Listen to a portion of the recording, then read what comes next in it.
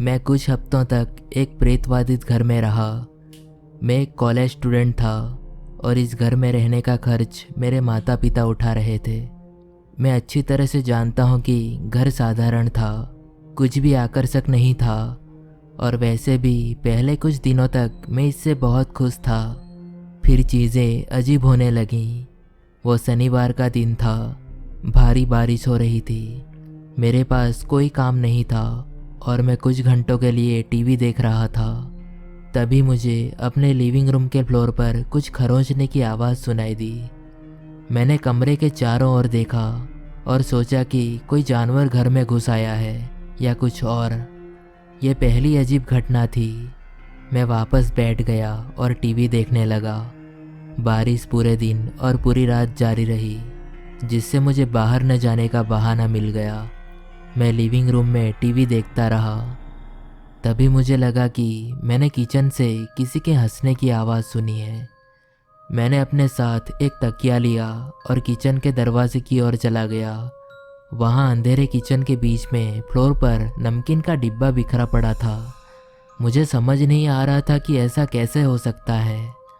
फिर भी मैंने तकिया गिरा दिया और फ्लोर से नमकीन साफ करने लगा। जब मैं ऐसा कर रहा था तो मैंने कुछ आवाज़ सुनी, जैसे कोई लकड़ी के फ्लोर के कमज़ोर हिस्सों पर खड़ा हो। ये किचन टेबल की आवाज़ थी। मैंने किचन में देखा लेकिन वहाँ कोई नहीं था। मुझे अब कुछ ठीक नहीं लग रहा था। हर छोटी सी आवाज़ अब मुझे सोचने पर मजबूर कर रही थी। मैंने फ्लोर पर फैला नमकीन साफ किया और टीवी देखने चला गया।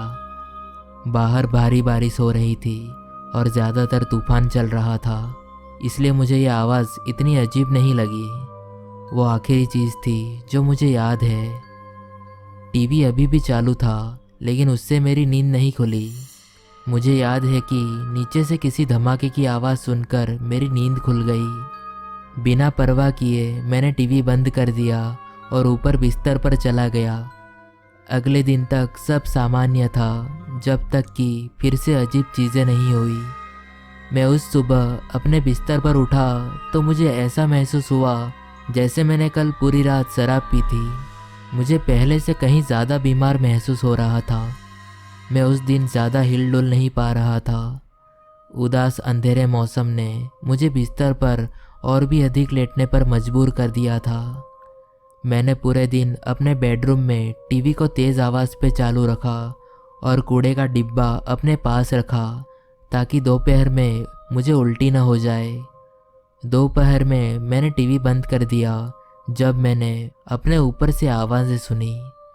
यह आवाज़ें अटारी से आ रही थी। अटारी का दरवाज़ा वास्तव में मेरे बेडरूम में था। ऐसा मैंने एक बार नहीं बल्कि 3 या 4 बार सुना। जब भी ये आवाज़ें आती तो ऐसा लगता जैसे मुझे उल्टी आ जाएगी। मैं एक पुराने बेसबॉल बैट के साथ सीढ़ियों से ऊपर गया और अटारी का दरवाज़ा खोला। मैंने अटारी को रोशन करने के लिए लाइट स्विच दबाया। वहाँ कुछ पुराने बक्से बिखरे हुए थे जो शायद पिछले मालिक के थे, लेकिन मुझे कोई नहीं मिला। मैं जल्दी से वापस नीचे चला गया क्योंकि मुझे उस अटारी से थोड़ा डर लग रहा था। उस रात तक कोई शोर नहीं था। जब मैं उठा तो सबसे पहले मुझे लगा कि तूफान अभी भी चल रहा है। मैं थोड़ा बीमार महसूस कर रहा था। ऊपर अटारी से आ रही गड़गड़ाहट की आवाज़ ने मुझे चौंका दिया। मैंने एक बार फिर अपना बेसबॉल बैट उठाया और सीढ़ियों से ऊपर भागा और अटारी का दरवाज़ा खोला। मैं डर गया था लेकिन फिर भी मैं चिल्लाया। लेकिन इससे पहले कि मैं लाइट जला पाता, मुझे अंधेरी काली अटारी में एक बच्चे के हंसने की आवाज़ सुनाई दी। मैं इस डर को शब्दों में बयां नहीं कर सकता। यह आत्मा को झंझोर देने वाला एहसास था जो मैंने अनुभव किया था। मेरे रोंगटे खड़े हो गए थे और मेरा दिल इतनी तेज़ी से धड़क रहा था। मैं उस घर से इतनी तेज़ी से बाहर भागा कि मुझे भागना भी याद नहीं रहा। मैंने भारी बारिश में अपने पिता को फ़ोन किया और उनसे मुझे ले जाने के लिए कहा। मैंने उन्हें वो सब कुछ बताया जो इस प्रेतवादित घर में मेरे साथ हुआ था। मेरे माता पिता ने देखा कि मैं इसके प्रति कितना जुनूनी था और मुझे लगता है कि उन्होंने मुझ पर विश्वास किया। मैंने अपना सारा सामान पैक किया और अगले दिन अपने माता पिता के साथ घर वापस चला गया।